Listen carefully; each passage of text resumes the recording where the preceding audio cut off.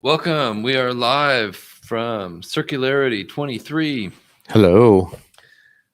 day one. Adam Peak, Cory Connors. We are podcasting live. It's been an exciting day, a big day here in the Great Northwest, Seattle, Washington, which is this is the first event I've been able to drive to, which is pretty awesome. Usually I have to fly, and usually my time zones are all different. Yeah. So this has been a nice change. Well, some of us had to fly here.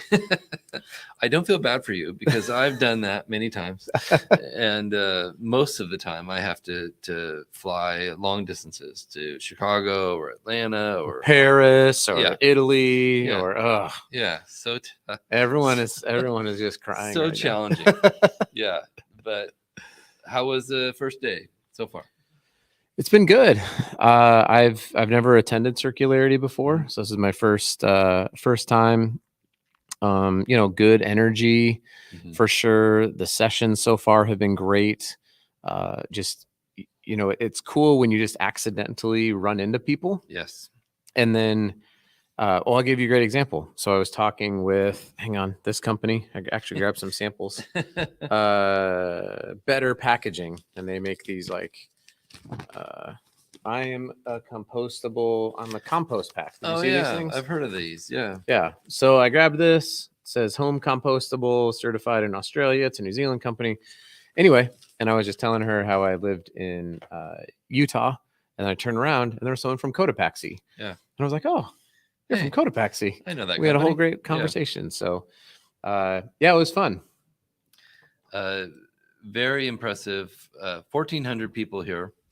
The first couple hours were about reusability and reusable packaging, and I'm frankly, for the first time in a very long forever, time, for the first time in forever, I'm very excited Yeah. about what's going on with reusable packaging. It feels like it's finally got teeth. It's finally going to happen.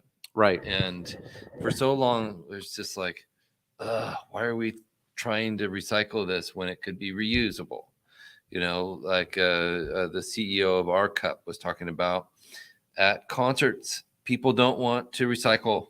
They want to just throw it into a bin altogether with everything else. Mm-hmm.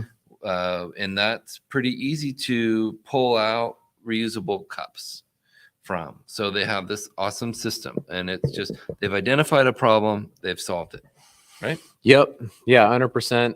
Let's give a quick shout out here to Dustin. What's Hey, up, Dustin Smith? By the way, they have some of the coolest hoodies, the Boltsmith hoodies. Oh yeah, Yeah. I ran into to John, Dustin's co-founder, and he nice. had a hoodie on, and I was like, I like that. And thank you to the You're to the a team fashion there. guy, so They sent it on over. Oh, nice. So glad, Dustin, we can get you through the Buffalo airport. Though if you get stuck overnight, Anchor Bar has the original Buffalo Wild Wings, and they're delicious. They're incredible. So go shout out to the Anchor Bar. If you and or Marco's Pizza want to sponsor, we're here for it. Actually, questionable. Yeah, it's fine. No, I loved the session on reuse, and it was 3 hours. There were 3 hours of conversations around reusable packaging and just the whole infrastructure. And there was a one of the sessions, they had kind of the ecosystem up there and said these are where all the stakeholders are, and you just realized why this has taken so long. Yes, is because anytime you see like we need federal, state, and local government, it's like, oh my gosh. And then you need all these other stakeholders, and you need CPG brands, and you need packaging companies, and you need people to collect, and you need people to sort, and you need people to wash. And it was like, wow. Yeah. I understand why everyone has wanted this for so long. Mm-hmm. And also why it's taking so long. It's there are so many moving parts, there are so many unknowns, there are so many frustrations. Even if this is perfect and it's dialed in, we still need these 5 things over here to make this work. And Jocelyn, the CEO of Bold Reuse, she's talking about the Moda Center in Portland. Go Blazers, I know you're not a huge No, fan. you can say whatever you want. Listen, the Denver Nuggets are in the NBA Finals, and It's the a big Portland deal. Trailblazers have the second pick in the NBA draft. So it's fine. They're going to take. It's a rebuilding year. No, they have the third pick. Sorry, they have the third pick.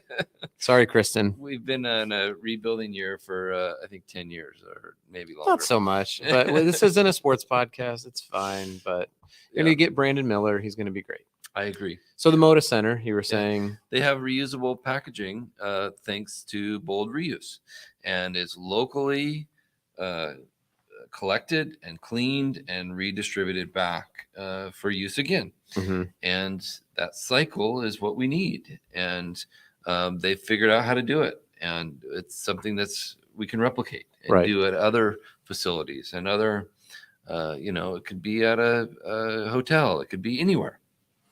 Yeah, I mean, and I didn't catch the person's name, but I saw someone with like the Delta Airlines tag on, and I thought, man, what an opportunity! And I'm glad that they're here because I spend so much time in the Delta Sky Clubs and on Delta flights, and I think you have an ecosystem here that you can control reusability when it comes to a lot of these things, and most of the Sky Clubs have the eco products. They've got the compostable utensils and plates and things like that, but there's no place to collect compostable items.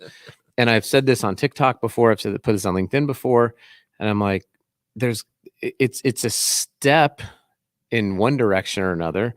But man, what an opportunity for them to grab hold of the reuse momentum as a big corporation, as a, even like Hyatt, where we're staying at, is beautiful. The Hyatt Regency is awesome. There's so many opportunities. And one note was reusable. I think the stat was reusable startups or circularity startups are up like 1,100% or something from 5 years ago. It's happening. Yeah, it's finally.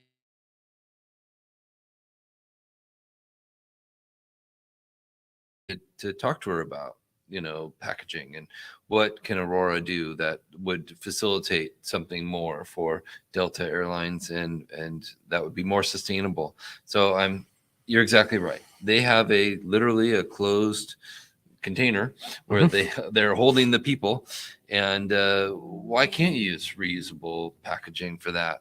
Why can't we wash those and reuse them again in perpetuity until they break, and then you recycle them? So, well, I mean, I would imagine part of it, and this goes to the complexity of it, right? Is you have such a quick turn on flights, and in order to wash and sanitize everything, you have to be able to do that at the airport. Yep. And so now you have to get, certain permissions from the airport. You've got to build out things at the airport.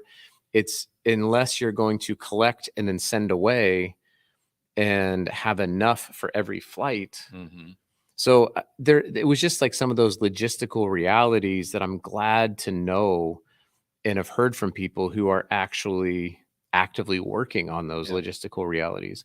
Because that was always my biggest mental hang up on reuse was, well, who's going to do all this stuff? So somebody or some entity has to clean the things. They have to transport it. They have to, and there's energy that goes into that. There's water that goes into that. There's chemicals. There's all these things that go into that. And so it's just cool to see a whole room full of people say, yep, we get it. And we're working on it. We're doing things. And hey, I have 5 ideas. And I sat next to Gene from Boomerang Water, and they have a system that's on site. So what if you had one of their filling systems at each airport hub, and you could take the empty bottles and take them over there, and they wash them and refill them right there, rather than having some third party company deliver these bottles in a truck. Right. So fascinating ideas, and I'm excited to see what happens. Yeah, for sure. And even just hearing at the main session, Governor Jay Inslee from Washington was there, and I think you were up here recording some podcasts when he was talking. But the energy that the state of Washington has had around extended producer responsibility laws, and you could tell this wasn't and an opportunity to gain political points, Right. but it was really something that he was passionate about. And you can even feel it in Seattle, right? Like, Oh yeah. Seattle as a city is very concerned and is very concentrated on not just reusability, but also the wash to shore people were there talking about what they're building out of ocean plastics. So they're Amazing. doing beach cleanup, and then they make art out of it. They call it, beauty from tragedy, basically. Oh wow. And so that's why, like, that seahorse that's Is down that what there. that's from? Okay. Yeah, it's this organization called Wash to Shore. So you have the proximity to the ocean that's really driving a lot of it, along with just the residents and the companies. Amazon's here, Starbucks is here, Boeing is here, Pokemon, Nintendo, and on and on and on. Brooks running. Yep. So anyway, it's just been there's really cool energy, and it's just neat to just bump into people. It feels like the future is bright for sustainable packaging and for the world. I don't want to be so grandiose, but I come to events like this and I get re-energized. I met one of the first people I met was from Google, and to talk about what they're doing is incredible. I can't wait to have that podcast and talk about the massive impact potential there. Will be very positive.